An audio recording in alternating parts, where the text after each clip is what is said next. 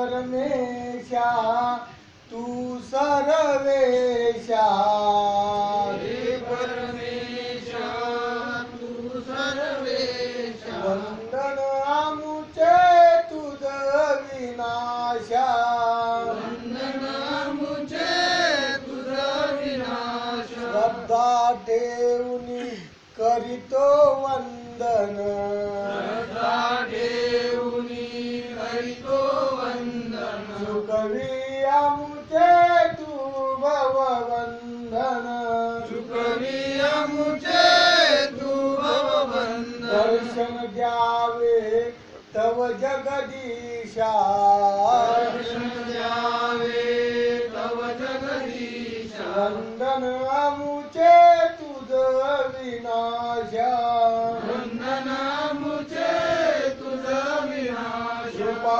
सावले ठेव आम्हावर कृपा सावली देव मावर प्रेमाचा जवळी सागर प्रेमाचा जवळी सागर पूर्ण करावे आमुची आशा पूर्ण करावी आमची आशा वंदन आमुचे तुझ विनाशा वंदन मुझे तुझ विनाश काव्य फुलाची वाहुनी ओंजळ काव्य फुलाची वाहुनी ओंजळ अर्पी तुझला बालक मंडळ अर्पी तुझला बालक मंडळ सुबुद्धी द्यावे तुझिया दासा सुबुद्धी द्यावी तुझ्या दासा वंदन आमुचे तुझ विनाशा वंदन मुझे तुझ विनाश हे परमेशा तू सर्वेशा हे परमेशा तू सर्वेशा वंदन आमुचे तुझ विनाशा वंदन मुझे तुझ विनाश सर्वज्ञ श्री चक्रधर स्वामी की जय नमो चक्रधरा नमो योगेश्वरा नमो चक्रधरा नमो योगेश्वरा अभयातची विश्व जगावे अभयातची विश्व जगावे प्रसन्न व्हावे जन ये आगवे प्रसन्न व्हावे जन हे अगवे परिमळ सारे दूर करा लक्ष्मण सारे दूर करा नमो चक्रधरा नमो योगेश्वरा नमो चक्रधरा नमो योगेश्वरा परमार्ग हे जीवन व्हावे परमार्ग हे जीवन व्हावे मंगल मंगल हृदयी यावे मंगल मंगल हृदयी आवे परम प्रीती यावी घरा परम प्रीती आवी घरा नमो चक्रधरा नमो योगेश्वरा नमो चक्रधरा नमो योगेश्वरा परज्ञानाचे करण्या मंथन परज्ञानाचे करण्या मंथन अंतरात हो तुझेची चिंतन अंतरात हो तुझेची चिंतन भक्तीने उद्धार करा भक्तीने उद्धार करा नमो चक्रधरा नमो योगेश्वरा नमो चक्रधरा नमो योगेश्वरा सर्वज्ञ श्री चक्रधर स्वामी की जय स्वामी श्री चक्रधांच्या तत्वज्ञानावर आधारित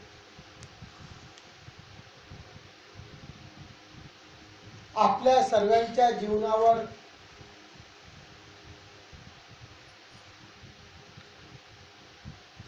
सर्वच ज्ञानरूपी विधीच्या माध्यमातून प्रकाश टाकणारे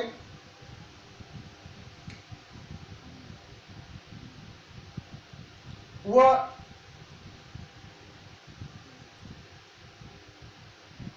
महान अशी शिकवण देणारे पंडित विश्वनाथ दास बाळापूरकर यांनी तयार केलेलं ज्ञान प्रबोध या ग्रंथाचं आपण श्रवण करतो आहे। ग्रंथाचं श्रवण करीत असताना स्वामी चक्रांच्या मूर्तीचं वर्णन चालू आहे। मूर्तीचं वर्णन चालू असताना त्यामध्ये प्रथमतः श्री चरणाचं वर्णन आपल्याला त्या कवींनी सांगितलं आहे आणि त्या श्री चरणाच्या माध्यमातून न सुद्धा एक श्री चरण आपण आपल्या हृदयात आळंगीला किंवा आठवला तर किती मोठा फायदा होतो असं कवींनी आपल्याला याच्यातून सांगितलेलं आहे।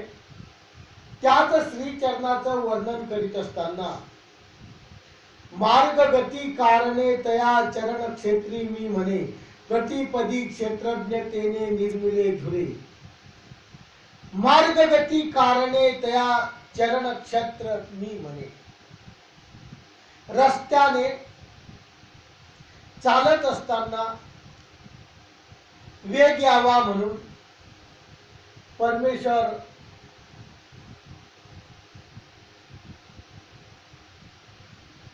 आपल्या पावलांना उंच भाग निर्माण करीत होते। सांगायचं तात्पर्य परमेश्वराचे जे चरण होतं आणि चरणावरचा वरचा जो भाग होता तो काय कसा होता, उंच होता। उंच असल्यामुळे रस्त्याने स्वामी जात असताना ज्या रस्त्याने जात होते त्या रस्त्याने जेवढे जड जीव आले त्या सर्वांचा काय होत होता, फायदा होता। ते लादिल्या सौरचे सौभाग्य मिरवावया दोषे लक्ष्मिया शिर उद्वले समशे गुल्फे तैसे। ते चरण तिला अनेक कसं वाटलं, स्वामींचा उंच भाग अनेक आपल्या हृदयात कसा आठवायचा, तर ते म्हणतात की सौभाग्य मिरवावया दोषे। लक्ष्मी नावाची देवता सर्वांना माहित आहे आणि या लक्ष्मी नावाच्या देवतेचं सौभाग्य म्हणजे शेषनारायण। या देवतेचं सौभाग्य म्हणजे शेषनारायण आणि त्या शेषनारायण तिला असा वाटायचा की या जगात माझ्या पतीसारखा दुसरा सुंदर कोणीच नाही। एकदा लक्ष्मी श्री शेषनारायणाच्या पायाची सेवा करते आहे तेव्हा त्या शेषनारायणाने आपला माथा काय केलेला आहे, नतमस्तक केलेला आहे आणि त्या शिर त्यांनी खाली केल्यानंतर ऐशा श्री चरणी लीळा अनुकारे निज मुद्रांकिते शुभाक्षरे श्री टाकी लिहुनी पृथ्वी सनात केली। जेव्हा त्यांनी श्रीचरण आपली मान खाली वळवली तेव्हा लक्ष्मीला आश्चर्य झालं आणि लक्ष्मीला आश्चर्य झाल्यानंतर लक्ष्मी त्या शेष नारायणाला काय म्हणते, तुमचं माथा टुकवायचं कारण काय। परिस्थिती अशी आहे जगामध्ये, परिस्थिती अशी उलटी आहे की सर्व परिस्थिती माणसाला बदलत जाते आणि एकदा लग्न झालं की माणूस कोणाच्या अधीन होतो, बाईच्या अधीन होतो। तसा श्री हट्ट त्या ठिकाणी देवतेच्या फळात बी सांगितलेलं आहे की श्री हट्ट खूप बेकार आहे आणि त्या स्त्रीच्या अधीन असलेला शेषनारायण त्याची ती सांगते, सांगावंच लागेल. कारण एक गोष्ट सांगतो तुम्हाला. एक माणूस होता, स्वामी विवेकानंदाचा गुरु आपल्याला माहित असेल, माहित आहे, रामकृष्ण परमहंस. रामकृष्ण परमहंस, स्वामी विवेकानंदाचा गुरु रामकृष्ण परमहंस. याच्याकडे एक माणूस गेला आणि माणूस गेल्यानंतर त्या रामकृष्ण परमहंसाने त्यागाच्या गोष्टी त्याला सांगायला सुरुवात केली. कारण त्यागातूनच खूप मोठं मिळतं असं आपला धर्म सांगत नाही. प्रत्येक धर्मात त्याग सांगितलेला आहे. तेव्हा तो काय म्हणतो, आलेला वासनिक जो भक्त तो त्या रामकृष्णांना काय म्हणतो, काय हरकत नाही, त्याग मी संसारात राहून त्याग करतो, संसारात राहून निर्लिप्त आहे, कोणत्याही पैशाला स्पर्श करत नाही. त्याग हा संसारात राहून सुद्धा करणं शक्य आहे असं कोणी सांगितलं, त्या भक्तांनी सांगितलं रामकृष्णाला. रामकृष्ण म्हणतात असं होत नाही. पण तू म्हणतो ना तो त्याग मी तुला सांगतो. एक गरीब माणूस होता म्हणे, ब्राह्मण, आणि त्याला दररोज काय करायचा, तो फिरायला जायचा. फिरायला जात असताना प्रत्येक ठिकाणी भिक्षा मागून आपला उदरनिर्वाह चालवता. एकदा त्या गरीब ब्राह्मणाने विचार केला, एका श्रीमंताच्या घरी आपण भिक्षा मागायला जाऊ. म्हणून तो ब्राह्मण, गरीब ब्राह्मण श्रीमंताच्या घरी, खूप श्रीमंत माणूस, त्याच्या घरी भिक्षा मागायला गेला. म्हणे तू काही कर, मला 1 रुपया तरी द्यायला पाहिजे. तो म्हणे बुवा माझ्या हातात काही नाही, माझ्या हातात काही नाही. हा ब्राह्मण त्याच्या जिद्दी लागला की तू काही कर, मला 1 रुपया द्यायला पाहिजे. काय हरकत नाही म्हणे, तू उद्या ये, आज तर काही देऊ शकत नाही. हा श्रीमंत माणूस घरी गेला, आपल्या पत्नीला सांगतो की एक ब्राह्मण आलता, गरीब आहे, त्याला 1 रुपयाची अत्यंत गरज आहे आणि तो 1 रुपया तू मला दे. श्रीमंत माणूस आहे, पैसा कोणाला मागतो आहे, पत्नीला मागतो आहे. त्या पत्नीने प्रत्येक झटक्यात उत्तर दिलं, तुम्हाला काही काम आहे का नाही, 1 रुपया त्या ब्राह्मणाला देता, पाहिजे असले तर 2 आणे भेटतील, 1 रुपया भेटणार नाही. काय करावं आता, 1 रुपयाची त्याला गरज आणि हा याला किती भेटताय, फक्त 2 आणे. पटत असले तर घेऊन जा, नाही तर रस्ता धरा. दुसऱ्या दिवशी तो ब्राह्मण आला, याने विनंती केली, याने 2 आणे दिले. तो म्हणे तुला 1 रुपया मागितला. अरे म्हणे मी संसारात राहून त्यागी माणूस आहे, माझ्या हातात काहीच नाही. सर्व हातात कोणाचे आहे, माझ्या पत्नीचे आहे. म्हणजे असाही संसार जर आपल्या जीवनात असला, चांगलं घडवू देत नसली पत्नी आणि तिला जर गृहमंत्री बनवलं तुम्ही, तर नक्कीच आपल्या देशाचं, घराचं वाटोळं झाल्याशिवाय राहणार नाही. त्या माध्यमातून ही लक्ष्मी. पण या लक्ष्मीचा आग्रह चांगला होता. लक्ष्मी म्हणते तुम्ही माथा का टुकला. ते म्हणे काय सांगू, या जगामध्ये सुंदर असे परमेश्वर आलेले.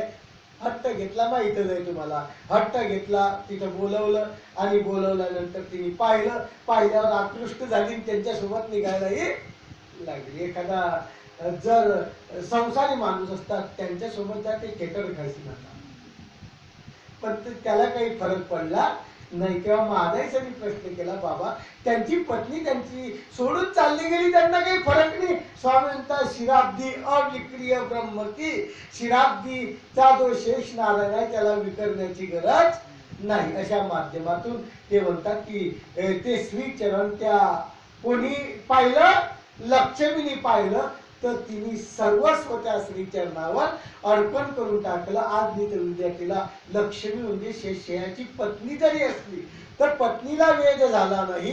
पत्नीच्या फळामध्ये असलेला जो फळिया, त्या फळियाला काय झाला, वेद झाला आणि त्याला विषय प्रेम नक्की होईल. देवतेला वेद होत नाही, फक्त जीवच वेदला जातो. म्हणून लक्ष्मीचा जो आतला फळिया होता तो वेदला गेला श्रीचरणाच्या माध्यमातून. म्हणून अशा लीळा आपण जीवनामध्ये आठवायच्या. स्वामींच्या तिने काय पाहिलं? फक्त श्रीचरण पाहिलं. मूर्ती पाहायची ते पाहिली. पहिल्यांदा काय पाहिलं? श्रीचरण. आपण सुद्धा पहिल्यांदा काय करायचं? खालून सुरुवात करायची. कोणतीही गोष्ट आपण एकदम वर गेलो की खालचं सुटून जातं. वर गेलेला माणूस इतक्या जोरात खाली आदळतो की तुम्हाला माहितच आहे. स्वर्गात गेलेला माणूस कापसाचा भाव सांगायला गेला, हात काय केले? डायरेक्ट वर जायचा प्रयत्न केला की खाली येणं अत्यंत जोरात होतं. म्हणून असं करायचं नाही. मग कसं आहे? कर्म कान वाथरा उपडा तेही टाकी कीजे निर्वाळा तैसे सुधा पात्रा शिरसाळा होय सेवे योग्य. कर्मरूपी कान वाथर पाषाण आहे.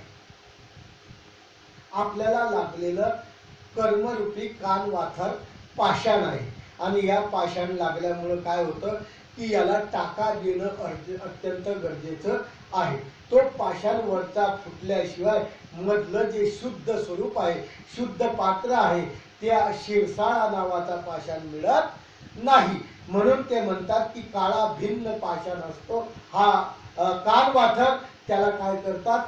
कुळथीळ नावाचा एक कोळसा राहतो, तो त्याच्यावर जाळल्या जातो.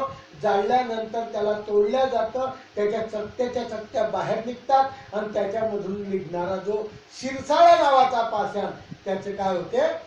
प्रतिमा होतात, लिंग होतात. तशा प्रकारचं आपला सुद्धा कसं आहे? आपण कानवाथरासारखे आहे. कानवाथर म्हणजे दुसऱ्याच्या कानाने ऐकणे. आपण आपला विचार न करता दुसरा जो सांगेल तसं ऐकणे. म्हणून ते म्हणतात की देवतेची भक्ती, देवतेकडे भक्ती किंवा देवतेचा वाईट मार्ग पत्करणे म्हणजे काय आहे? कानवाथर. आणि या देवता आपल्याला कानवाथर म्हणजे अन्य धर्म जो आहे तो कानवाथराप्रमाणे लागलेला आहे. परमेश्वर म्हणतो याला काहीतरी गरम केल्याशिवाय गरज नाही. म्हणून त्याच्यावर पुढं थीळ जाळतो, म्हणजे कोळसे जाळतो ना, त्या माध्यमातून या जीवावर परमेश्वर कोळसे जाळण्याचा प्रयत्न करतात. आणि ते कोळसे म्हणजे ज्ञान. ते कोळसे म्हणजे काय आहे? ज्ञान. ते ज्ञान याच्यावर जाळण्याचा प्रयत्न केल्यानंतर याच्यामध्ये जो शिरसाळा पाषाण आहे म्हणजे पांढरा पाषाण आहे. म्हणजे जीव स्वरूप कसं आहे? पांढरं आहे. आणि ते पांढरं जेव्हा जीव स्वरूप योग्य होईल तेव्हाच परमेश्वराच्या प्राप्तीला ते योग्य होईल, स्मरणाला ते योग्य होईल. म्हणून आपल्याला जर स्मरण करायचं असलं तर आतला जो शिरसाळा पाषाण आहे त्याच्यामध्ये आपल्याला काय करावं लागेल? परमेश्वराची आठवण करावं लागेल. तरच आपण त्या परमेश्वराच्या स्मरणाला योग्य होऊ. आणि असे अन्य रूप धर्म किंवा अपवित्र ज्या कार्य आहे हे कार्य कानवाथराप्रमाणे बाजूला टाकावे लागते. सौंदर्य वनीचे कदळी दंड तैसे शेंग पाय सपिंड जयाचे उदार्य उदंड न माये भूलोकी. या परमेश्वराचा औदार्य भूलोकात मावत नव्हतं. औदार्य म्हणजे या परमेश्वराचा असलेला उदार गुण या संपूर्ण जगात मावत नाही, या संपूर्ण जगामध्ये बसत नाही. म्हणून परमेश्वर म्हणतात की ते असलेलं सरळ श्रीचरण आणि ते श्रीचरण जसं सुंदर दिसतं तसं बगीच्यामध्ये, केळीचा बगीचा आपण बघितला असेल, खानदेशमध्ये जे गेले त्यांनी केळीचा बगीचा बघितला असेल. तो केळीचा बगीचा सरळ असा उंच राहतो आणि त्यावर मग पालवी आलेली राहते आणि त्याला लागलेला गड राहतो. पण तो केळीचा बगीचा जसा मुळापासून कसा असतो? सरळ असतो आणि गोलाकार राहतो. तशा प्रकारचं स्वामींचं सौंदर्य होतं. त्या केळीच्या बगीच्याप्रमाणे मांड्या होत्या स्वामींच्या. मांड्या कशा होत्या? तर केळीच्या बगीच्याप्रमाणे उंच आणि गोल, आपल्यासारख्या तेड्या मेड्या नाही. तर केळीचा बगीचा आपण बघितला असेल तर एकदम सरळ राहतो, तिरपा तारपा जात नाही. त्या माध्यमातून स्वामींचे मांड्या. तो आनंद रसे ओलावे तेने थोरची पोटरले मग संत फळे फळिंदले सुखाच्या घडी. त्या केळीच्या खांबांना आनंदाच्या पाण्याचा ओलावा लाभल्यामुळं त्या केळीच्या खांबांना पाणी लागतं. आपल्याला माहित नसेल त्या केळीच्या खांबांना काय द्यावं लागतं? पाणी द्यावं लागतं. तसं या केळीच्या खांबांना म्हणजे स्वामींच्या मांड्यांना जो ओलावा होता तो आनंदाचा ओलावा होता आणि आनंदाचा ओलावा असल्यामुळे ते खूपच पोटारलेले होते, म्हणजे खूप मोठे झालेले होते. ते जे केळीचे खांब होते ना, ज्याचा जो बाग खूप चांगला झाला ना, त्याचं जे केळीचं खांब राहतो तो असा असा पोसात जातो. पोसात गेल्यावर त्याला जो गळ येतो ना, त्याला जो फळ येतं ना, ते कमीत कमी 40 किलो 45 किलो कधी 50 किलो एका झाडाला एवढं मोठं फळ लागल्या जातं. तशा प्रकारचा स्वामींचा जो पोटऱ्या होत्या त्या केळीच्या खांबाप्रमाणे होत्या. त्याला ओलावा जो होता तो आनंदाचा होता. त्याच्यामुळं त्यांना जे फळं लागलेले होते, फळाचे घोष लागलेले होते, जसे केळीचे फळ लागलेलं असतं, एक नाही केळं लागत, त्याला गळ लागतो. एका एका झाडाला 25-25, 30-30 फण्या राहतात. केळं किती राहतात मोजायची गरज नाही, पण फण्या मात्र 25-25, 30-30 राहतात. तशा प्रकारचं स्वामींच्या आनंदातून हा फळाचा बहरला होता. म्हणून पोटऱ्या अशा आपण आठवायच्या की केळीच्या खांबासारखे. केळीचा खांब समोर आणायचा आणि स्वामींच्या पोटऱ्याचं काय करायचं, वर्णन करायचं, असं स्वामीच्या या विश्वनाथ दासांनी आपल्याला सांगितलं. मनमथाचे जन्मस्थान ते कैसे सांगो जगन, विश्वाचिया चैतन्या मोहन. परमेश्वराचे ज्या मांड्या होत्या वर, ज्या मांड्याचा वरचा भाग होता तो मनमथाचे सर्व प्रकृतीला सर्व जीवाला जन्माचं स्थान. त्याच्या माध्यमातूनच परमेश्वराने सर्व सृष्टी काय केली, निर्माण केली. आणि त्याचं धाम होतं ते रतिधाम, म्हणजे कसं होतं, आनंदाचं धाम. रती जे धाम होतं ते कसं, आनंदाचं धाम. आणि त्या आनंदाच्या धामाच्या माध्यमातून परमेश्वराचं जे जन्मस्थान, म्हणजे इथून वरचं जे इतकं होतं ते परमेश्वराने संपूर्ण जगाला त्याच्यातून काय केलं, जन्म दिला असं वाटत होतं. का परब्रह्म मूर्ती तरू दृढ वैराग्याचा पारू, तैसा का दिवा गंभीर उपदेशे देवाचा. त्या परब्रह्माची मूर्ती आणि कशी होती, कशी होती, तर त्या मूर्तीचं झाडाप्रमाणे होती. झाडाप्रमाणे कशी होती, तर अष्टविध ब्रह्मचर्य पार बांधला. त्या झाडाला पार बांधलेला होता.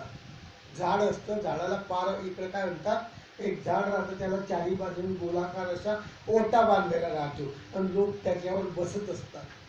काही इकडे प्रकार तो काय म्हणतात त्याला, त्याला पार म्हणतात. म्हणजे स्वामींच्या भाषेतही काय व्हायचे पूर्वी, पार.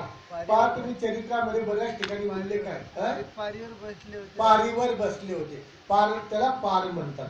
तशा प्रकारचं परमेश्वराचं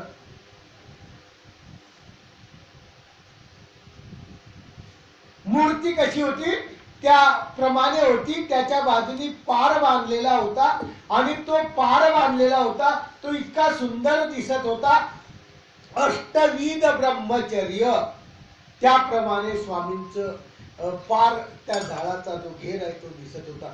की स्वामींच्या ठिकाणी अष्टविध काय आहे, ब्रह्मचर्य. कोणताही अवतार असो तो विकरत नाही, त्याच्या ठिकाणी ब्रह्मचर्यत्व असतं. असं काही समजायचं नाही की प्रत्येक अवताराने काय केलं, लग्न केलं, आहे का नाही. स्वामी चक्रांना पत्नी होती, चक्रपाणी अवतारांना पत्नी होती, श्रीकृष्ण महाराजांना तर शंकाच नाही पत्नी होती, आहे का नाही.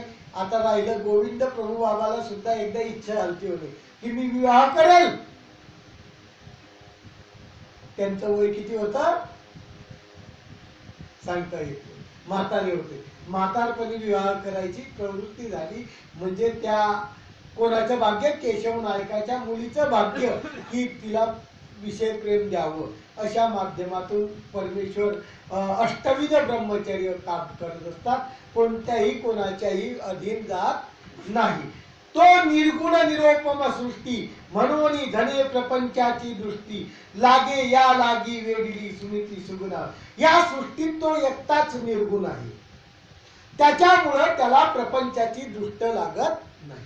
या सृष्टीमध्ये परमेश्वरासारखा निर्गुण कोणताही गुण नाही, पण गुणाने परिपूर्ण आहे असा असलेला परमेश्वर गुणांनी युक्त दिसतो, इकडं निर्गुणही दिसतो. तशा प्रकारचे त्याचे वस्त्र जे होते ते नेटके परिधान केलेले होते.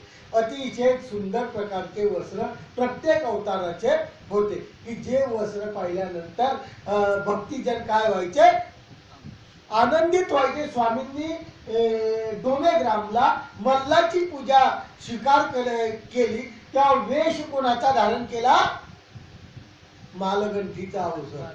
मालगंठीचा अवसर म्हणजे काय, मल्ल लोक जसा वस्त्र धारण करतात तसं वस्त्र धारण करून पूर्ण त्या आपल्या चौथाऱ्यामध्ये स्वामी पट्टीशाळेमध्ये फिरले.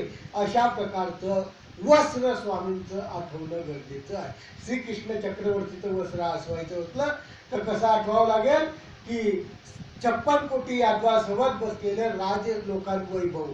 आमच्या गोविंद प्रभू बाबाचं वस्त्र आठवायचं असेल तर उत्तरा संगे नेसलेले काय 16 मिऱ्यांचं धोतर. अशा प्रत्येकाचं वस्त्र तुम्हाला आठवावं लागेल. म्हणून ते म्हणतात आनंदे सदोदित उदर ना ते ब्रह्मविद्येचे भांडार की गुणधान्य साठविते कोठार मोक्षाचे. परमेश्वराचं पोट कसं होतं, आनंदे सदोदित उदर. ते पोट कधी कसं राहायचं, आनंदाने भरलेलं सदोदित उदर. ज्या उदरामध्ये 102 पदार्थ नव्हते, ज्या उदरामध्ये घाण काही भरलेली नव्हती, त्या उदरामध्ये काय भरलेलं होतं, तर ब्रह्मविद्येचे भांडार. आपल्या उदरात काय भरलेलं आहे माहितच आहे आपल्याला.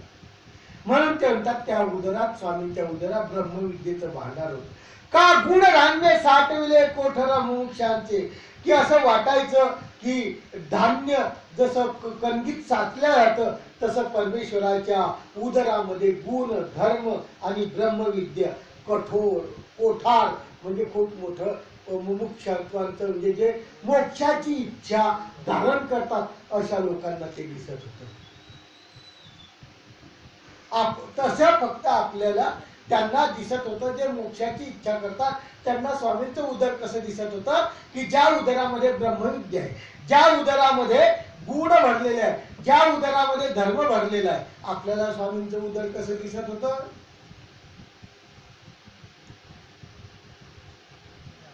परमेश्वर खात होते आहे का नाही, एवढंच उदर दिसत होतं, दुसरं दिसत नव्हतं.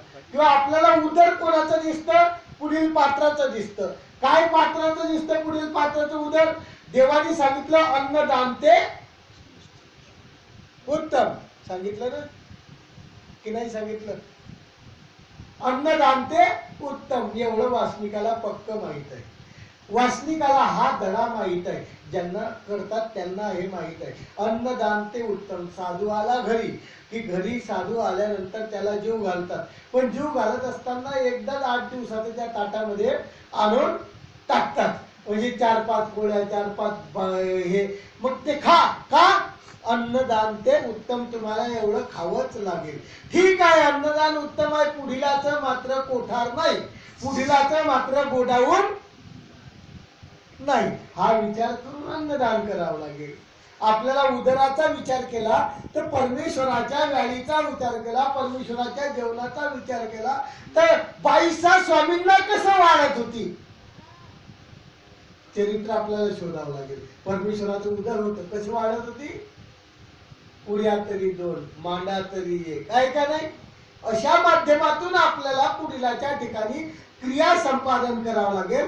असं तर करावं लागेल, पण त्या उदरामध्ये त्या अंतःकरणामध्ये आपल्याला ज्ञानशक्तीचा सुद्धा विचार करावा लागेल. म्हणजे याच्यातून त्यांनी सांगितलं विश्वनाथ भासांनी, अन्नदान केल्यानंतर नुसतं अन्नदान नको करू, त्याच्या गोडाऊन मध्ये अन्नदान टाकत असताना त्याच्या गोडाऊन मध्ये ब्रह्मविद्या सुद्धा भरलेली आहे, त्याचाही फायदा घ्या. नुसतं फक्त जीव घालू नका, त्याच्या माध्यमातून त्याच्या उदरातून साठवलेली ब्रह्मविद्येचं गुणाचा भांडाराचा तुम्ही फायदा घ्या, तर तुम्हाला त्याचं गुंत विशेष लागेल. म्हणजे फक्त खाऊ घालायचं, दंड तुम्ही आता जा असं करू नका. त्याच्यातून 2-4 गोष्टी तुम्ही काय करा, शिकण्याचा प्रयत्न करा असं स्वामींनी याच्यातून सांगितलं. जो मुमुक्षी आहे, ज्याला मोक्षाची इच्छा आहे, तो असं करत असतो. म्हणे जिये उदरी सर्व दोष जिरती आली, स्नेहा अग्नी उरी नाही तेथ. जिये उदरी, ज्या उदरामध्ये सर्व दोष सामावल्या जातात. परमेश्वराचा उदर कसा आहे, सर्व जीवाचे दोष त्याच्यामध्ये सामावल्या जातात. जिरती आहारी, तो आहार घेतल्यानंतर जिरून जातात, म्हणजे भस्मसात पुरते तथा. जो अग्नी आहे शरीरातला जठराग्नी, तो जठराग्नी आपलं पचन करतो. पण स्वामी चक्रधर जेव्हा आपल्या इथं जेवण करत असतात किंवा येथीचा ज्ञानीय जेव्हा जेवण करत असतो, तर म्हणतात की तुमचे दोष त्याच्या अग्नीमध्ये काय होतात, जिरून जातात, म्हणजे जळतात. तुमच्या दोषाचा का ज्ञानी याचेनी भजने नित्य नासती. ज्ञानियाच्या भजनाने नित्य नाचतात. हे काय आहे की ते खाल्लेलं अन्न आहे, तो शरीरात जो जठराग्नी होतो ज्ञानियाच्या, त्याच्या माध्यमातून काय होतं, ते जे दोष आहे ते जिरले जातात. स्नेहाग्नी, अग्नी पाहिजे, पण कसं पाहिजे, स्नेह. खाऊ घालताना काय पाहिजे, प्रीती पाहिजे. ते प्रीती जर उरी असेल तेथच हे जिरल्या जातात. परंतु न सुद्धा खाऊ घालायचं म्हणून खाऊ घालायचं असलं तर मात्र त्या क्रियेचा गुंत होत नाही. होईल पण कमी जास्त. केली क्रिया वाया जात नाही. केली क्रिया वाया जात नाही, ठीक आहे. भाव असेल तर, नसेल तर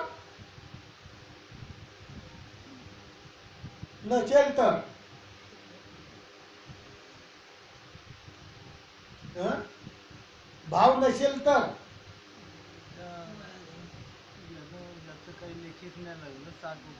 हा, म्हणजेच वाया जाते. म्हणजे काही मिळालंच नाही का बाबा त्याच्यामध्ये, बुद्धीच नाही, हो बुद्धीच नव्हती, तर मग काय फायदा, म्हणजे काही निपतच नाही झाला का त्या क्रियेत. काय होईल निपत, बुद्धीच नाही. खाऊ घालतात त्या पात्रावर बुद्धीच नाही. तर लाख जरी खाऊ घातलं तर त्याच्यापासून क्रिया तर निष्पन्न. अभिमान कोणी घ्यावा, त्या क्रियेचा अभिमान कोणी घ्यावा, कोणी घ्यावा,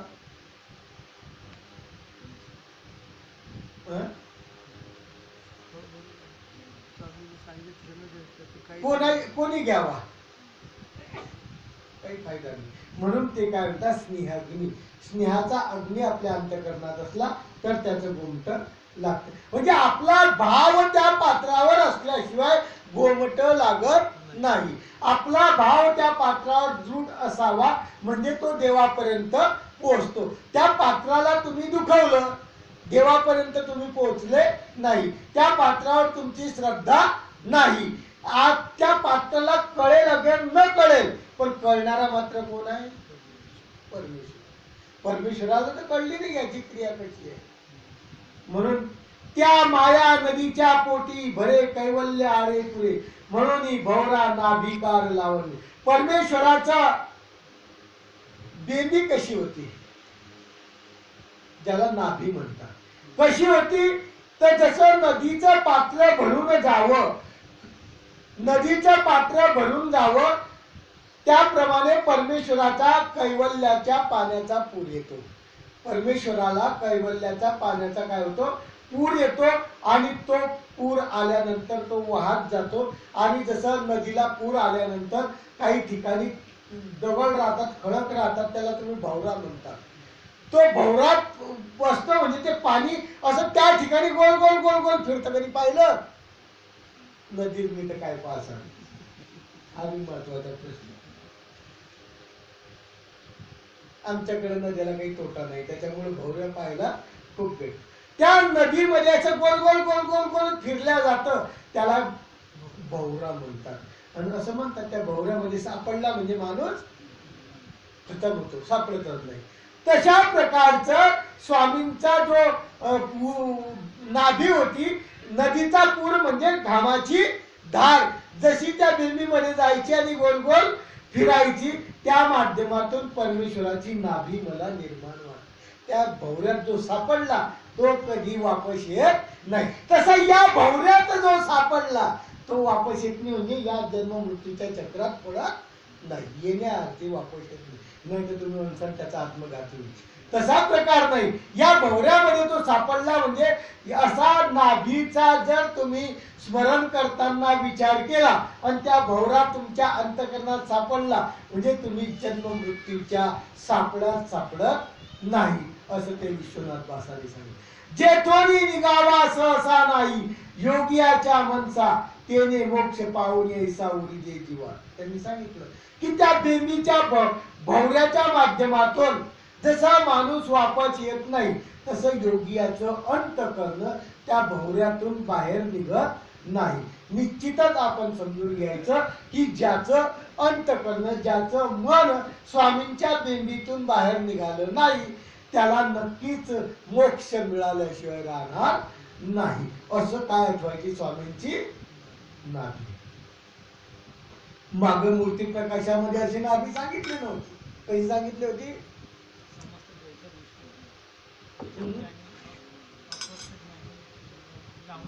मुंग्यासारखे त्याच्यावर जातात तशी दाखवली होती. पण इथं कशी दाखवली?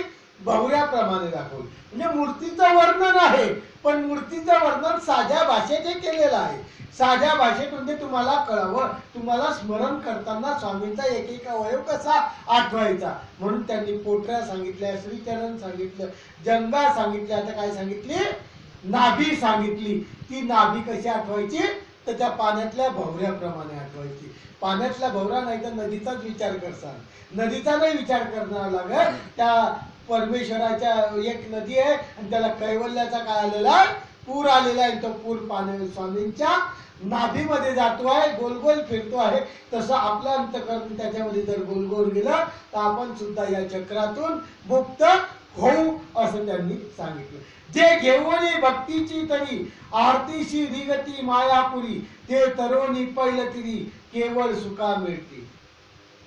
असे जे भक्त आहे ते भक्तीची तरी जे भक्तिरूपी नाव घेऊन चालतात, जे भक्तिरूपी नावेचा अवलंबन करतात आणि आरताशी रिगती. आर्त खूप महत्वाची आहे. आर्त म्हणजे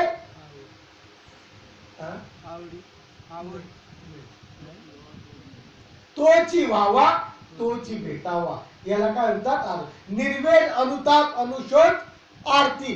चार प्रकारचं काय सांगितलेलं? दुःख सांगितलेलं, वास्तविक असो का अनुसरला असो. निर्वेद म्हणजे जोरात बोलत जा, मला ऐकू येत नाही. मागील काय? मागील काय? दोषाचा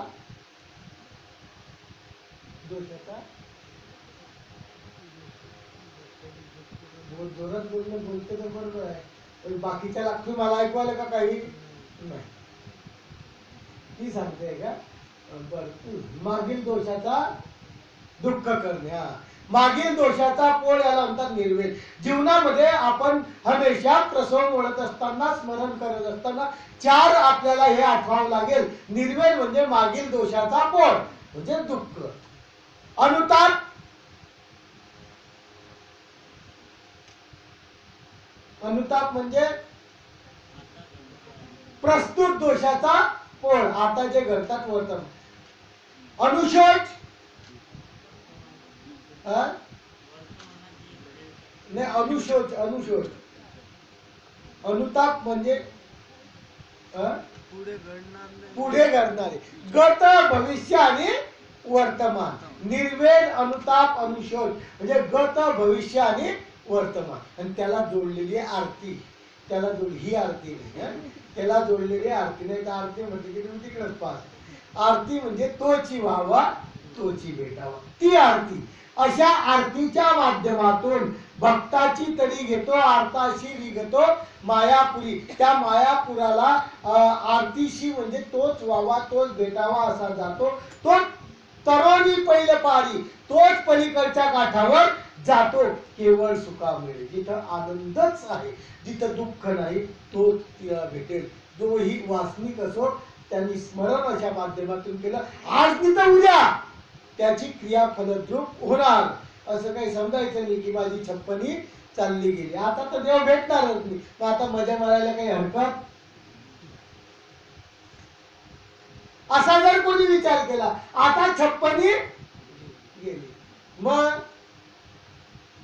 आता काय करायचं? अनुसरून काही फायदा नाही, भक्ती करून काही फायदा नाही, मग मजा मारायला काही हरकत नाही, असं नाही सांगितलं देवाने.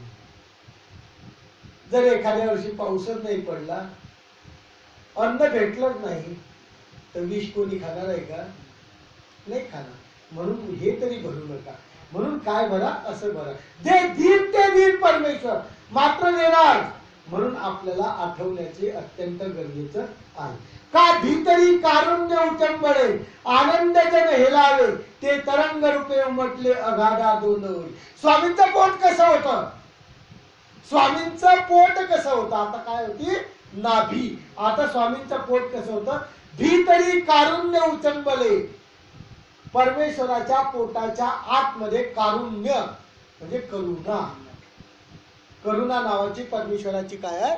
शक्ती आहे. ती शक्ती जशी काय उचंबली म्हणजे बाहेर आली, आनंद जळ हेलावले, संपूर्ण आनंदाचं जळ हलून गेलं की तरंग रूप उमटले. तरंग राहतात पाण्यावर, ते तरंग उमटले. जसं असं वाटतं की या पोटावर जसं काय कारुण्य उमटलेलं आहे, आनंद जण हेला, हे पोट हलत आहे, तर मला असं वाटतं की जसे आनंदाचे हेलकावे देत आहे आणि त्याच्या तरंगाचे तरंग उठत आहे या पोटाच्या माध्यमातून. असं स्वामींचं द्वंद्व म्हणजे पोट मला आठवलं. तेथोनी माया क्षेत्री उल्लाचे, ब्रह्मबीज अंकुरले जैसे, श्याम रोमावळीचे मुचे मध्ये पाहता.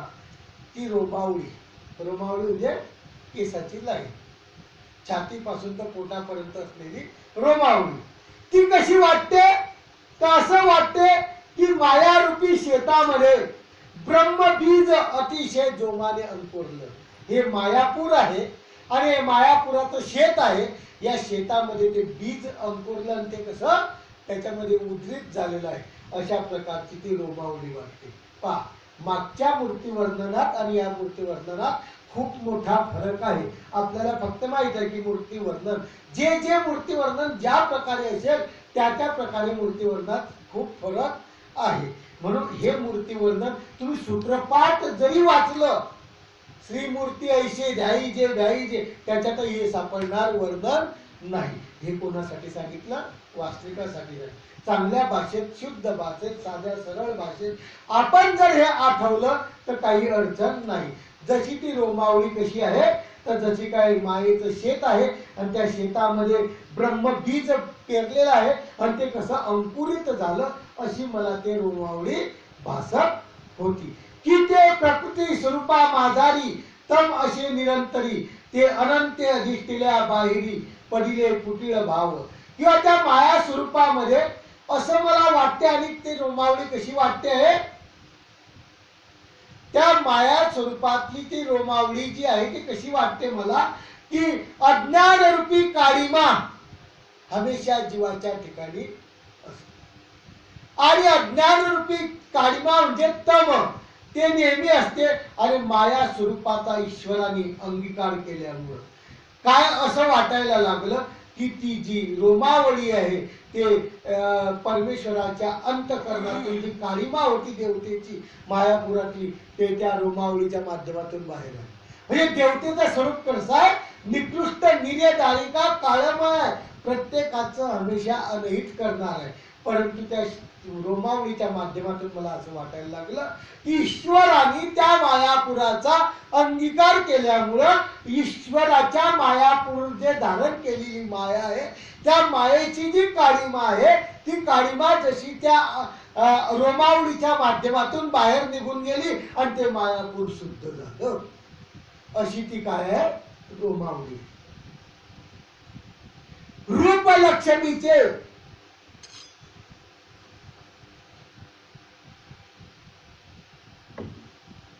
रूप लक्ष्मीचे वेलावूळ तैसे घननीत वक्षस्थळे, जेत लाभे प्रेमाचे फळ, ते व्यवसाय.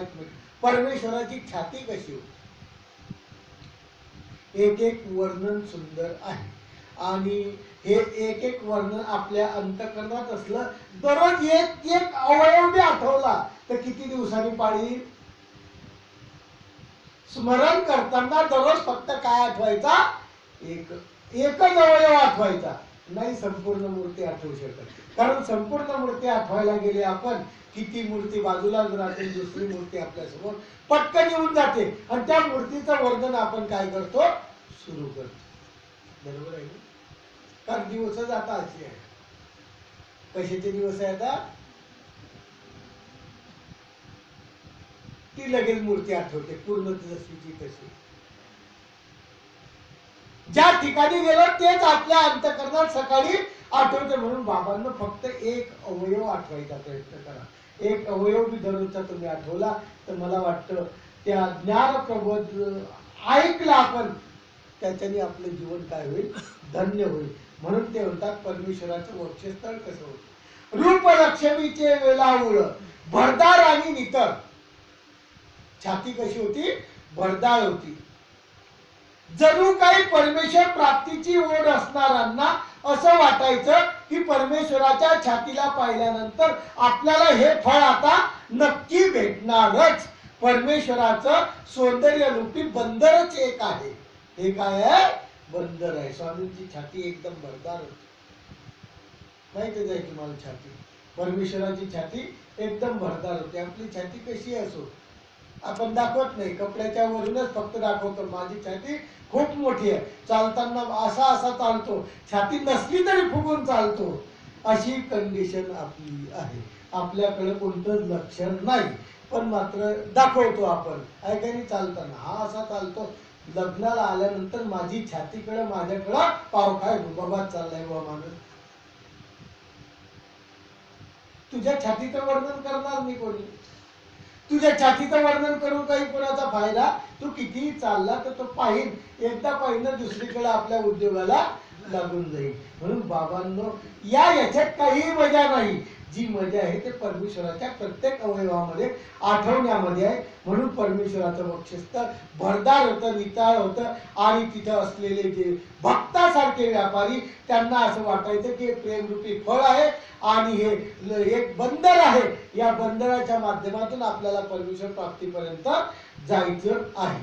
किती कारुण्य जीवन भरित हृदय कमळयुक्त गुण धर्मादी आडी उडी सेवित माया सरोवर. किती करुण जीवन भरित. ते वक्षस्थळ कसं होतं की ज्याच्यामध्ये गुण धर्म रस भरलेले आहे आणि मुनिजन भुंग्यासारखे त्याला काय करतात, प्राशन करतात. हृदय कमलांनी कमळासारखं युक्त आहे आणि ते युक्त असलेलं हृदय मायारूपी सरोवरासारखं वाटतं. त्याच्यामध्ये कमळासारखी परमेश्वराची छाती वाटते. छाती वाटते, मायेचं सरोवर आहे. हे काय आठवणं अत्यंत गरजेचं आहे. कारण आपल्याला हे मूर्ती वर्णन आपण हृदयात आठवलं तर खूप आहे. कारण आपलं स्मरण करत असताना आपल्या अंतकरणात गोडावा आला पाहिजे आणि गोडावा आला तरच मूर्ती आपण आठवू शकू. पण गोडावा कशाचा आला पाहिजे? फक्त परमेश्वर भक्तीचा, परमेश्वराच्या रसाचा जर गोडावा आला तर ठीक आहे, नाही तर नाही. कारण आज सर्व मूर्ती वर्णन सुरू झालं आणि मूर्ती वर्णन सुरू झालं त्याच्यामुळं आपलं बी मूर्ती वर्णन काय होतं, सुरू होऊन जातं. म्हणजे आपले डोळे झपकायला लागतात. आज पोथी जरा गोर मारते असं म्हणायला लागतं, आहे का नाही?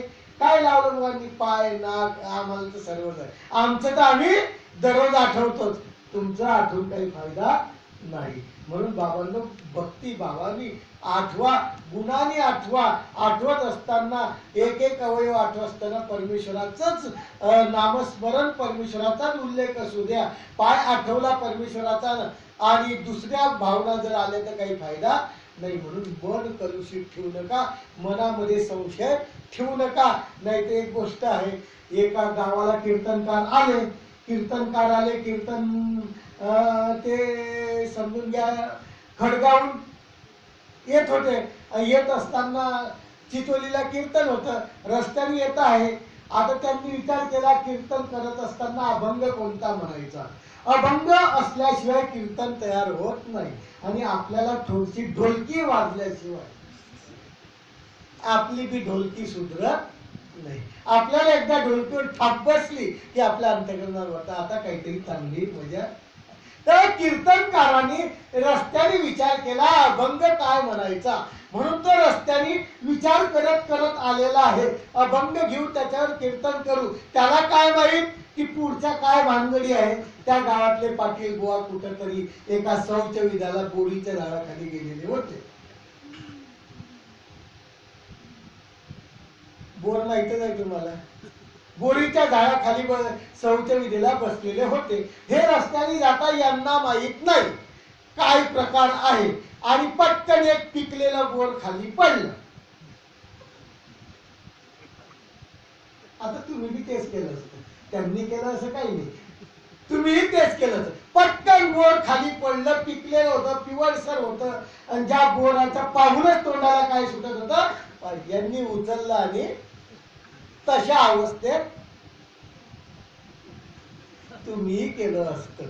असं काही नाही की त्यांनी केलं, तुम्ही केलं असतं, कारण जीवाचं स्वरूपच आहे. आता पटकन जर आपल्या समोर पडत आहे, त्याचा काय विचार करायचा, पडलं आपल्या समोर, आपल्याला ते घ्यावं लागेलच. खाल्लं. आता आल्यानंतर कीर्तनकार बसले, उभे राहिले. अभंग सुरुवात करायचा त्यांना असा अभंग घ्यायचा होता की ज्याच्यामध्ये हमेशा परमेश्वराचं गुणगान करावं, परमेश्वराचं स्मरण करावं, हेच आठवलं पाहिजे पुढच्याला. म्हणून त्यांनी सांगितलं की हे जीवनामध्ये परमेश्वराचं नाम इतकं महत्वाचं आहे की सुधा रसावणी अधिक महिमा नामाची गोडी. माहिती आहे आरती तुम्हाला, सुधा रसापेक्षा सुंदर अशी महिमा परमेश्वराच्या नामाची आहे. म्हणून त्यांनी अभंग घेतला, किती गोड ते सुंदर असा अभंग, किती गोड पुढे त्यांना म्हणायचं होतं. आणि कीर्तनकाराला सवय लागते, एक खांदी म्हटली की 10 वेळा तेच उच्चार करतात. नवीन काही नाही, मुद्दाम काही नाही, त्यांची पद्धत ती आहे. किती गोड ते. आता पाटील बुवा पुढे बसलेले होते. आता पाटील बुवाला गोड ते नाम सोडून दिलं पाटील बुवानी, आणि पाटील बुवाच्या संशयात अंतःकरणात खूप मोठा संशय उत्पन्न झाला की या कीर्तनकारांनी आपल्याला शौच विधी करता करता बोर खाताना पकडलेलं आहे. हा आपली या 4 चौघात नालायकी केल्याशिवाय राहणार नाही. मग काय करायचं, त्यांनी 100 रुपयाची नोट काढली आणि कीर्तनकाराला दिली. कीर्तनकार खुश झाले, आपला अभंग पाटील बुवाला पटला. परत त्यांनी सुरुवात केली, किती गोड ते, पण काय नाम. पण त्याला काय वाटत होतं, किती गोड ते बोर. अशी तुमची स्थिती आहे. इथं आम्ही मूर्ती वर्णन करतोय, आम्ही सांगतोय स्वामींचं असं आहे, पण किती गोड ते तुम्हाला दुसरंच गोड वाटू नये म्हणून याच्यासाठी काय सांगितली, एक गोष्ट सांगितली. आणि त्यांनी 200 रुपये 500 रुपयापर्यंत गेले. शेवटी यांनी परत त्या अभंगाला तेच सुरुवात केली. आता यांना वाटलं पाटील बुवाला अभंग आवडला, आणि पाटील बुवाला वाटलं हा काही थांबत नाही, याचा स्वार्थ वाढला. शेवटी पाटील बुवा तेवढ्या लोकांमध्ये उठले, म्हणे मी शौच विधी करता करता बोर खाल्लं, तुझ्या बापाचं काय गेलं, तुझ्या बापाचं काय गेलं. त्याला माहितच नव्हतं किंवा जनतेला सुद्धा माहित नव्हतं. म्हणून बाबांनो, आमचा सांगायचा भाव फक्त असा राहतो, आपली जी मूठ आहे झाकलेली 1.25 लाखाचीच ठेवा. ते जर उघडून टाकली तर लोकांच्या समोर काय होईल, आपला पंचनामा होईल. व आपली मूठ काय ठेवा, 1.25 लाखाची. म्हणून जे आपल्याला आठवता येईल ते एक अवयव काय करा, आठवायचा प्रयत्न करा. म्हणून ते कारुण्य जीवन भरित हृदय कमळ जे आहे ते कमळाप्रमाणे आहे असं त्यांनी सांगितलं. ऐश्वर्य सामर्थ्य जगाची परिपूर्ण विजय स्त्रिया दोन्ही सोना तैशिया अजान. परमेश्वराच्या बाहू कशा होत्या, अजान बाहू, गुडघ्याच्या खाली हात येईल, याला काय म्हणतात, अजान बाहू. पण त्या कशा होत्या, ऐश्वर्य सामर्थ्य गजाची, ज्याच्यामध्ये ऐश्वर्य आहे, ज्याच्यामध्ये सामर्थ्य आहे. ज्या बाहूमध्ये ऐश्वर्य आहे, ज्या बाहूमध्ये सामर्थ्य आहे, ज्या बाहूमध्ये ताकद आहे, एका उंगलीवर काय पकडावं, गोवर्धन पर्वत. तुम्ही एका उंगलीवर ग्लास सुद्धा उचलू शकत नाही. पण आपल्या अजान बाहू, आपल्या भाऊ आपण भारी पडतो. म्हणून ऐश्वर्य सामर्थ्य गदाची परिपूर्ण विजयश्री, ज्याच्या हातात विजयश्री आहे. परमेश्वराच्या हातात हमेशा काय आहे, विजय. संजय आणि धृतराष्ट्राला सांगितलं भगवद्गीता संपन्नाना की ध्रुवार नीतीर मतीर मम. अरे हे धृतराष्ट्रा, माझं मत असं सांगतं की या युद्धामध्ये विजय फक्त पांडवाचाच होणार, युद्ध सुरू व्हायच्या आधी. कोणी सांगितलं? संजय. आणि कोणाला सांगितलं? धृतराष्ट्राला सांगितलं. बाबा रे, युद्ध काही करू नको, माझं मन साक्षी देतं की त्या बाजूनी काय आहे? अजान बाहू आहे. आणि हा अजान बाहू हमेशा विजयाच्या बाजूने राहतील. त्यांच्यामध्ये विजयश्री काय झालेला आहे? सामावलेला आहे. दोन्ही सोंडा तैशी अजान. जशा दोन्ही सोंडा असतात ना पायऱ्यांच्या, तशा प्रकारच्या परमेश्वराच्या अजान बाहू मला वाटतात असं विश्वनाथ बास आपल्याला सांगतात. ते परमेश्वराच्या बाहूमध्ये इतका दम आहे की ज्या बाहूमध्ये हमेशा विजय आहे, ज्या बाहूमध्ये हमेशा सामर्थ्य भरलेलं आहे, ज्या बाहूमध्ये हमेशा ऐश्वर आहे. परमेश्वर कधीच कोणाला शरण जात नाही. हंगा येथे शरण आले त्याला शरण जावं लागतं, पण तो कधी शरण जात नाही. तो परब्रह्म सुधाकर सकळ उदार या उदार, जयाच्या दया श्रेय तुषार आनंद मृताचे. आणि ज्याचा बाहू कशा आहे? उदार. परमेश्वराच्या बाहू कशा? परब्रह्म सुधाकर सकळ उदार या उदार. सुधाकर, आपलं नाव सुधाकर आहे, पण परमेश्वर वास्तविक सुधाकर आहे. सुधाकर म्हणजे सुधा म्हणजे अमृत, कर म्हणजे हस्त. ज्याचं हस्त अमृताप्रमाणे आहे तो सुधाकर. ज्याचं हस्त अमृताप्रमाणे आहे तो सुधाकर. तशा प्रकारचा परमेश्वराच्या ज्या बाहू आहे त्या कशा आहे? सुधाकर आहे. आणि उदार या उदार, ज्याच्याजवळ जावं आणि मागावं त्याला कधीच वापस करत नाही. जो परमेश्वर त्याच्याजवळ लीनताने नम्रतेने एखादा जीव गेला की त्याला देणार म्हणजे देणारच, त्याला कधीही वापस केलं नाही. सुदामा सारखा दरिद्री माणूस, कर्महीन माणूस, तो स्वामींजवळ जातो श्रीकृष्णाजवळ, तरी अजान बाहूनी त्याला काय दिलं? त्यांनी काय दिलं? काय दिलं? त्यांनी काय दिलं? पोहे दिले. ज्या पोह्याला काही किंमत नव्हती, बांधायला फडकं नव्हतं. अशा माध्यमातून जयाची दया सुवार आनंद मृताचे. त्या परमेश्वराचा हस्त कसा आहे? आनंदाचा हस्त आहे. आणि आनंदाच्या हस्ताला आपण हाताचं जर स्मरण असं जर केलं तर परमेश्वर आपल्या हातात बी काय देईल? धन संपत्ती देईल. परमेश्वराचा आपल्यावर कृपा झाली, परमेश्वराच्या प्रत्येक अवयाचं जर तुम्ही वर्णन केलं तर आपले हात सुद्धा परमेश्वर काय देईल? भरून देईल. नुसते द्रव्याने नाही तर सगळ्या गोष्टींनी काय होईल? भरून देईल. सुदामाला नुसतं द्रव्य नाही दिलं, वरून आपली प्राप्ती बी दिली, वरून आपली प्राप्ती ही दिली. इतकं परमेश्वर भक्तीमध्ये काय आहे? रस आहे. इतक्या परमेश्वर भक्तीमध्ये काय आहे? श्रेय आहे.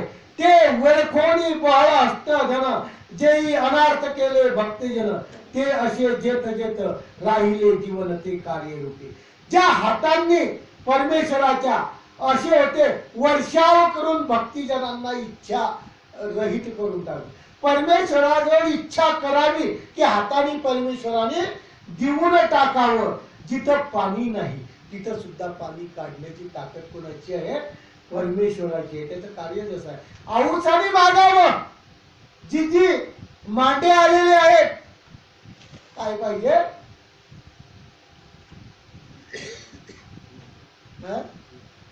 दूध पाहिजे, तूप नाही पाहिजे. विदर्भ तूप खातो, परंतु दुधासोबत मांडे पूर्वीच्या काळात खात होते. दूध पाहिजे, जिचे पैसे पाहिजे. स्वामींना मागावं, स्वामींनी उदार हाताने देऊन टाकावं. फक्त परमेश्वराजवळ ताकद आहे. ही ताकद परमेश्वर आहे. आपण बी देत असाल पण आपल्या पोरांना देत असाल. परमेश्वराला कोणीही काही मागावं, परमेश्वर उदार हाताने काय होतो? देऊन टाकायचं. त्याचं कार्य दिसत. जडा पाषाणा चिंतामणी, जरा चिंतल्या अनर्घाचे विनी, ऐसा त्रिभुवनी दयेची जिनी, ते गुण श्री कराचा. आणि कसं आहे की जड चेतन चिंतामणी दगड आहे. चिंतामणी दगड प्राप्त होईल. आणि चिंतामणी जर मागितलं चिंतामणीला तर द्रव्य जाती दे. आहे का नाही? चिंतन केल्यावर तो काय देईल? द्रव्य जाती देईल. परंतु चिंतामणीला मागितलं तुम्ही की मला भूक लागलेली आहे, अन्न रे, देऊ शकणार नाही. ते काम देणूच दे. फळ जर आपण कामधेनूला मागितलं तर फळ भेटणार नाही, ते कल्पतरूच देईल. म्हणजे एक सांगायचं तात्पर्य अशी तीन तीन गोष्टी तुम्हाला मागावं लागतील. पण परमेश्वर असा आहे की जड पाषाण चिंतामणी, जे जडा पाषाणे चिंतामणी आहे, चिंतन करतात, ते पदार्थ निर्माण करतात, परंतु या त्रिभुवनात दातृत्व देणारा उत्कर्षाने दिसतो असा जो श्रीकर आहे तो परमेश्वराचा. परमेश्वराचे श्रीकर इतके उदार आहे की कोणाहीसाठी कधीही तयार आहे. फक्त त्याचं होणं गरजेचं आहे, त्या हाताचं स्मरण करणं गरजेचं आहे. तो हस्त माझ्या माथी वसू, ज्या हाताने हे केलं तो हात माझ्या डोक्यावर पाहिजे, असा जर आपला वरद हस्त आपल्यावर मिळाला तर आपल्याला सुद्धा जीवनामध्ये काही कमी पडणार. कल्पतरो होऊन उद्भिजे खाणी, ते पुरल्या कल्पिताच्या फळाची, ते उदारे चक्रपाणी पुसून याल. तेच सांगतात की जसं कल्पतरू आहे हे फळाची इच्छा पुरवतो, कामधेनू हे अन्नाची इच्छा पुरवतो, आणि चिंतामणू हे द्रव्याची इच्छा पुरवतं, परंतु याच्या सर्व युक्तित्व परमेश्वर सर्व पुरवतो. परमेश्वराला काहीही मागा तो देत असतो. म्हणून हा काज प्रेमावधीचा सकमोळा पालवी, कल्वेल्य जुमा निघाल्या कर द्वयमीचे. मला तर असं वाटतं म्हणे या हाताच्या निमित्ताच्या माध्यमात परमेश्वर सर्वच देतात, पण या हाताला आपण काय मागायचं परमेश्वराला? या परमेश्वराला आपण दररोज चिंतन करताना परमेश्वराचे हात आपल्याला दिसल्यानंतर या हातातून काय मागायचं तर म्हणतात की जसं साधेने मागितलं, जसं औसाने मागितलं, ते तुम्ही मागायचा प्रयत्न करा. त्या हात जर उदारच झालेले आहे आपल्याला, ते हात परमेश्वराचे आपल्या समोर आलेलेच आहे, आणि ते म्हणतात अरे माग काय पाहिजे, तर साधेने मागितलं ते मागा, औसाने मागितलं ते मागा, पण ब्राह्मणाने मागितलेलं ते मागू नका. म्हणजे सांगायचं तात्पर्य कैवल्य दानाचं दातृत्व मागा. मागायचं काय हे तर भेटणारच आहे. काय मागायचं तर साधेने मागितलं काय, जिजी जर मला तुम्ही देतात तर माझं पुन्हा संबंध द्यावा. आऊसाळ म्हणते तुम्ही जर देतात तर श्याम आणि गौर मूर्ती माझ्या दृष्टीसमोर सतत राहा, असं मागा. ते हात जर उदार झालेच आहे तर बाकीचं कर्म राहतीचं प्रपंचातलं काही मागू नका, कारण प्रपंचातलं जेवढ्याही वस्तू मागितल्या तेवढ्या आपल्याला काय करावं लागणार आहे, घेऊन जावं लागणार आहे. म्हणून असं मागा. तेच तमंदाकारी भियाला अभयंकार शरण आला, काही संध्या राग ऋतूने ठेवला श्रीकरातळी. आणि काय आहे की अंधकाराला घाबरून अभय देणारा हात आहे परमेश्वराचा. हात कसा आहे, जो अंधकाराला घाबरतो, आहे का नाही? रस्त्याने जातोय, अंधकार पडला, काही जरी आवाज, नुसता पानाचा जे आवाज आला की याचे 7 जातात 5 जातात, आहे का नाही? परंतु परमेश्वराचा हाताचं जर त्यावेळेस तुम्ही स्मरण केलं, परमेश्वराच्या अजान बाहू जर तुमच्या डोळ्यासमोर जर आले, तर मला असं वाटतं की या जगामध्ये जे अंधकारात अभय देण्याचं काम करतं, संध्याकाळ जे रंगूनच टाकतं, ते काम फक्त परमेश्वराचं काय करेल, हात करेल. तुम्हाला घाबरण्याची गरज नाही, तुम्हाला भिण्याची गरज नाही. फक्त तुमच्या मुखामध्ये परमेश्वराच्या स्मरणासोबत परमेश्वराचा एक एक काय पाहिजे, अवयव आला पाहिजे. हा अवयव जर आपल्या अंतःकरणात आला तर तळ हातावर रमान झालेला परमेश्वर तुम्हाला लगेच हात पुढे सरकवेल आणि तुम्हाला उदरात घेईल. म्हणजे सांगायचं तात्पर्य तुम्हाला कोणत्याही प्रकारची दुःख येणार नाही. म्हणून परमेश्वराचे नामस्मरण, परमेश्वराचे अवय आपण हातने, त्याच्यामध्ये हा हाताचं काय सांगितलंय, वर्णन सांगितलं. का प्रकृती उदयांचळी सृष्टी भाग्योदय काळी, कर कमले उगवली ब्रह्मबिंबे. तर हात परमेश्वराचे कसे होते, अजन भाऊ सांगितले. आता तळ हात कसे होते, तर सृष्टीच्या भाग्योदय काळी माया पुरुषी डोंगरातून उगवली चंद्र सूर्याची बिंबे. असं वाटतं की भाग्योदय कोणाचा आला तर मायापूर जे आहे त्या मायापुराच्या डोंगरातून सूर्य जेव्हा उगवतो, म्हणजे तुम्ही जेव्हा सूर्यास्त उगवताना कधी पाहिला असेल तर सूर्य जेव्हा उगवतो तसा तो उगवताना कसा दिसतो, लाल दिसतो. तसे परमेश्वराचे हात कसे होते, लाल होते. त्या सूर्याप्रमाणे त्याचे काय होते, हात होते, किंवा चंद्रबिंबाप्रमाणे त्याचे हात होते. चंद्रबिंब जसा शीतल आहे तसे त्याचा हात होते. सूर्यबिंबासारखे हात होते उमललेले, जसे काय कमळच उमललेलं आहे. म्हणून परमेश्वराचे हात कसे होते, लालसर होते. परमेश्वराच्या हातावर ज्या रेषा होत्या त्या रेषा कशा होत्या की देव कैवल्य केसरी सदा भग जगाते विदारी की अरक्तपण श्रीकरी बांधून ठेवले.